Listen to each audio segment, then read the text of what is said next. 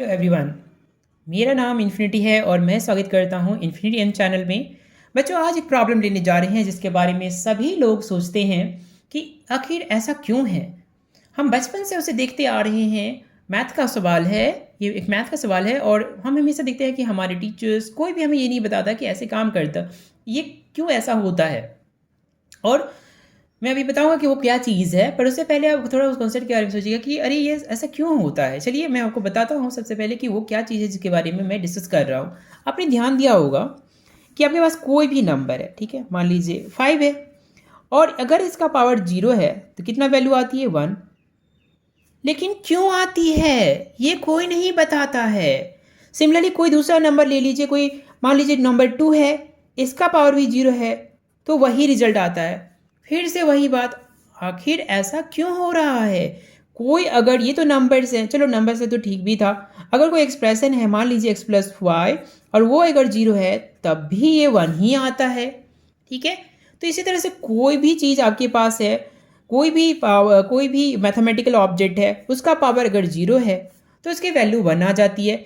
लेकिन Y and how, बचपन से हम ये सब देखते जा रहे हैं और हमें कोई नहीं बता रहा है। इस वजह से क्या होता है, हमें चीज़ें याद करनी पड़ती है। रूल हम समझते हैं कि किसी, पता नहीं किसने बनाया है ये वियर्ड रूल, कैसे बनाया है, उसका दिमाग ख़राब था क्या, हमें छोड़ दिया है। और इस समय से हम जो है मैथ्स को हेट करने लगते हैं, क्योंकि हमें चीज़ें रिमेंबरिंग करनी होती है और हमें लॉजिक पता होना चाहिए, उसके पीछे का जो है मैथ आइडियाज़ के पता होना चाहिए। सिंस मैथ और फिजिक्स बहुत जो है बेसिक्स आइडिया पे बेस्ड होते हैं, तो बेसिकली आज हम लोग इसी के बारे में बात करेंगे। तो मैं आपकी ये प्रॉब्लम सॉल्व कर दूंगा, ठीक है।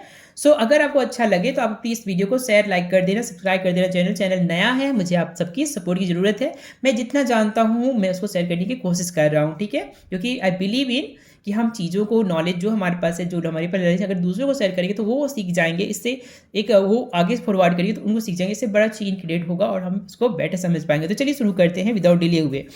इसके लिए सिंस ये पावर है, आप देख ही सकते हैं, सिंस ये पावर है तो हमें पावर वाला टर्म को समझना होगा। तो देखिए बहुत ही सिंपल है, मैं कुछ आपका मैथ रिव्यू करा दे रहा हूँ ताकि चीज़ें जो मैं आपको बताऊँ वो आपको अच्छे से समझ में आ जाए। तो कुछ ऐसी बात है कि अगर मान लीजिए 5 ही है, कोई भी नंबर ले लीजिए 5, और अगर हम उसको 5 टाइम मल्टीप्लाई करते हैं खुद में, या 3 टाइम लेट्स से, या लेट्स से 4 टाइम, ठीक है, तो हम इसको शॉर्ट फॉर्म में ऐसे लिखते हैं। शॉर्ट फॉर्म का ये ऑफकोर्स ध्यान रखिएगा, ये शॉर्ट नोटेशन है।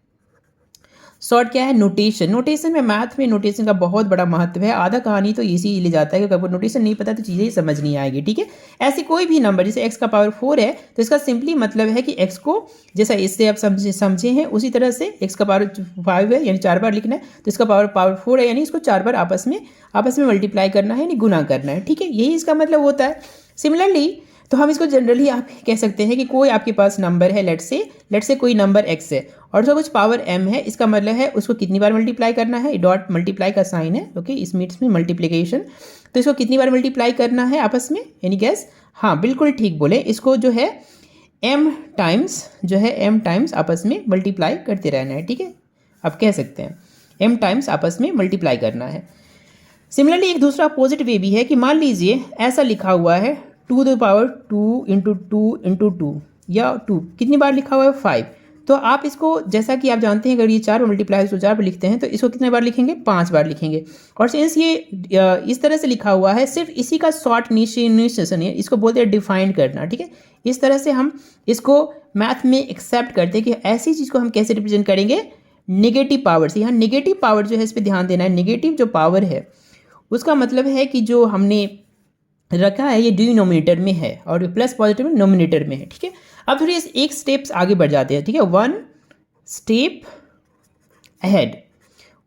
जो है अहेड चलते हैं। वन स्टेप अहेड क्या है, दोनों को मिक्स कर लेते हैं। तो मान लीजिए यहाँ पर सेम नंबर के लिए हम बात करेंगे, यहाँ पर 3 है क्योंकि सेम नंबर के लिए चीज़ें हैं, 3 इंटू 3 इंटू 3 इंटू 3 है, ठीक है, या इंटू 3 है, 5 टाइम्स है। सेम चीज़ें मान लीजिए यहाँ पे 3 इंटू 3 है, तो हम इसको कैसे लिख सकते हैं, 5 to the power 4, 3 into the power 5 और 3 टू द पावर 2, ठीक है। आप जान सकते हैं कि इसी को लिखा जा सकता है, सिंस ये अगर हम इसको देखें तो ये 2 बार में ये 2 कैंसिल हो जाए, तो सिंपली ओवरऑल कितना आ रहा है, इसका पावर यहाँ 3 आ रहा है, तो सिंपली 3 आ रहा है। तो हम इसको, यानी कि ये चीज़ें जो हैं, ये वाला प्रोसेस है, इसको हम सिंपली ऐसे डिफाइन कर सकते हैं कि ये 3⁵ है, इसमें से 2 चला जाएगा तो ये माइनस है, यानी कि हम इसको ऐसे करके डिफाइन कर सकते हैं, करेक्ट है ना। यानी जनरल टर्म में उसी को आप ऐसे देख सकते हैं कि कोई नंबर x है, x टाइम है, कुछ टाइम्स में है, मान लीजिए m टाइम्स में है, m टाइम्स है, और सिमिलरली सेम नंबर जो है आपका मान लीजिए n टाइम्स है, ठीक है। तो जैसे बताएं कि n times m time cut जाएगा, तो हम यहाँ मान के चलते हैं, तो आपका क्या हो जाएगा m पावर और ये पावर n हो गया, और ये पावर कितना हो गया x⁴n पावर। तो जैसा ऊपर मैंने देखा कि ये पार्ट जो है, जितना ये पार्ट है उसमें से कैंसिल आउट हो जाएगा, तो हमारे पास बचेगा कि a-m, ठीक है, a-m। अब देखिए इसी को अगर एक स्पेशल केस पे ध्यान दीजिए, जो आपने ऊपर पढ़ा है ये वाला जो पोर्शन है वो एक स्पेशल केस है, ठीक है। आई होप यहाँ तक दिख रहा होगा, वो एक स्पेशल केस है। स्पेशल केस ये है, वो एक स्पेशल केस है। स्पेशल केस है कि अगर क्या होगा अगर दोनों ऊपर नीचे बराबर हो, ठीक है। तो इसको मैं इधर दिखाता हूँ। तो मान लीजिए कोई ऊपर नीचे अगर यहाँ पावर मान लीजिए यहाँ पर m है और यहाँ पर n है, और दोनों बराबर हो, दोनों क्या हो, बराबर हो, यानी इक्वल हो, तब क्या होगा। बहुत ही सिंपल एग्जाम्पल से समझ लेते हैं। मान लीजिए ये है 7 और इसका पावर क्या है, जो है 7 है, और नीचे भी पावर क्या है, 7 है, ठीक है, मान लेते हैं। तो इसको 7 टाइम लिखेंगे तो 5 टाइम हुआ, 6 टाइम, और ये 7 टाइम, ठीक है।